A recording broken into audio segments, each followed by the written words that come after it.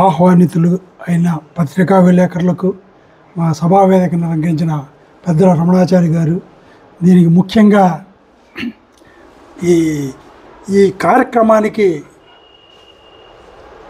అద్భుతంగా రూపకల్పన చేసి నిర్వహించబోతున్న కిన్నెర రఘురామ్ గారికి, అలాగే మిమిక్రీ మైము సోదరులు వారికి, ఇక్కడికి విచ్చేసిన పత్రికా విలేకరులందరికీ నా హృదయపూర్వక అభివందనలు.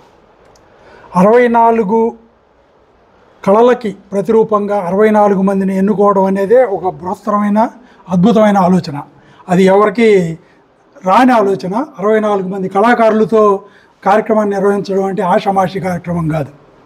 అలాంటి కార్యక్రమాన్ని భుజాల మీద వేసుకొని కిన్నెర సంస్థ వారు ఇది ఇంకెవరూ చేయలేరేమో, అంత అద్వితీయంగా రూపకల్పన చేయబడింది. ఆ తరువాత దానికి కొనసాగింపుగా సమాహార కళ అనేది నాటకం.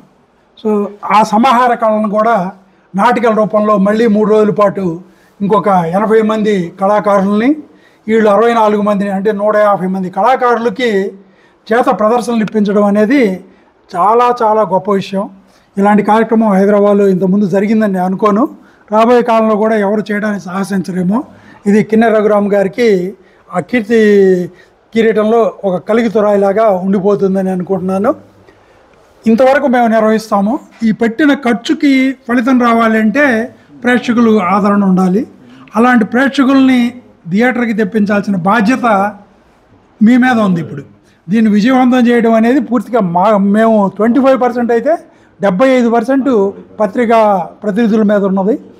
దాన్ని మీరు దృష్టిలో ఉంచుకొని మీ వంతు కృషి చేసి మాకు ఎక్కువ మంది ప్రేక్షకులు వచ్చేట్లుగా చేయమని కోరుతూ మీ అందరి దగ్గర సెలవు తీసుకుంటున్నాను.